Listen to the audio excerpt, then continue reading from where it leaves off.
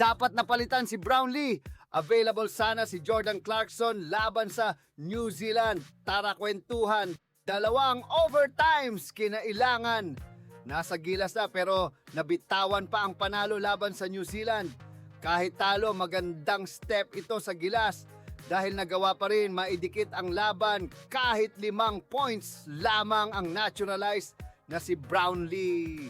Ilang laro na bantay sarado at markado na ng New Zealand ang kanyang game plan.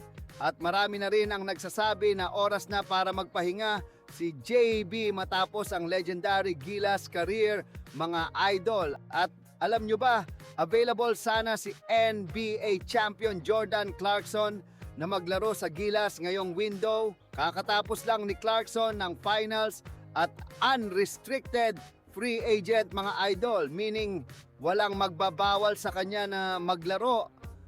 At kung tutuusin nga ngayon, pa-relax lang si JC sa mga fashion show.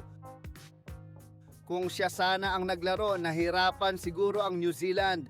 Mga idol, siguro kung inimbitahan lang siya ng Gilas at kung nasa tama lang ang presyong ibibigay sa kanya, like the price is right, baka naisingit pa ni Clarkson na maglaro para sa bayan, mga idol. Matatandaan kasi na sinabi ni Clarkson na gusto niya maglaro sa Gilas sa off-season ng NBA. Napakagandang what if kung what if naglaro si JC ngayong window. Kaya ba, mga idol, tingin nyo oras na bang palitan si Brownlee? At sino ang dapat ipalit sa kanya sa mga susunod na tournament? Ang bagong naturalized ba na si Benny Boatwright or si Jordan Clarkson kung available at affordable? Join the conversation. Magkomento lamang sa ibaba.